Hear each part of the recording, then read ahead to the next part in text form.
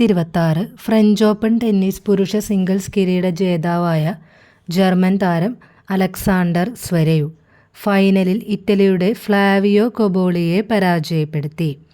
അടുത്ത ചോദ്യം, ലോകബാങ്കിൽ ഇന്ത്യയുടെ എക്സിക്യൂട്ടീവ് ഡയറക്ടറായി നിയമിതനായത് നീൽകാന്ത് മിശ്ര. അടുത്ത ചോദ്യം, വിഴിഞ്ഞം ഇൻ്റർനാഷണൽ സീപോർട്ട് ലിമിറ്റഡിൻ്റെ പുതിയ മാനേജിംഗ് ഡയറക്ടർ ജെറോമിക് ജോർജ്. കേരളത്തിൽ സഹകരണ സംഘങ്ങളിൽ നിന്ന് വായ്പയെടുത്ത് തിരിച്ചടവ് മുടങ്ങിയവർക്കായി പ്രഖ്യാപിച്ച ഒറ്റത്തവണ തീർപ്പാക്കൽ പദ്ധതി Aswas 2026.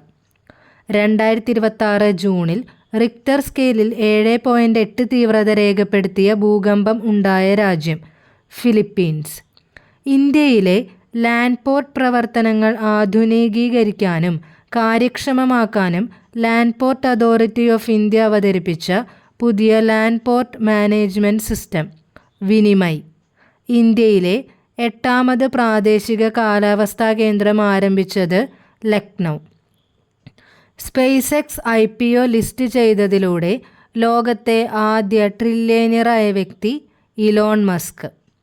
2026 Monaco Grand Prix formula 1 ജേതാവ് കിമി അന്റോണെല്ലി. സ്ത്രീകൾക്കും ട്രാൻസ്ജെൻഡർ വ്യക്തികൾക്കും KSRTC ഓർഡിനറി ബസ്സുകളിൽ സൗജന്യ യാത്ര ഒരുക്കുന്ന കേരള സർക്കാർ പദ്ധതി പ്രിയദർശിനി. കേരളത്തിലെ ആരോഗ്യമേഖല നേരിടുന്ന വെല്ലുവിളികളും പ്രതിസന്ധികളും പരിഹരിക്കുക ലക്ഷ്യമിട്ട് ആരോഗ്യവകുപ്പ് നടത്തുന്ന ജനസമ്പർക്ക പരിപാടി കായകൽപ്പം.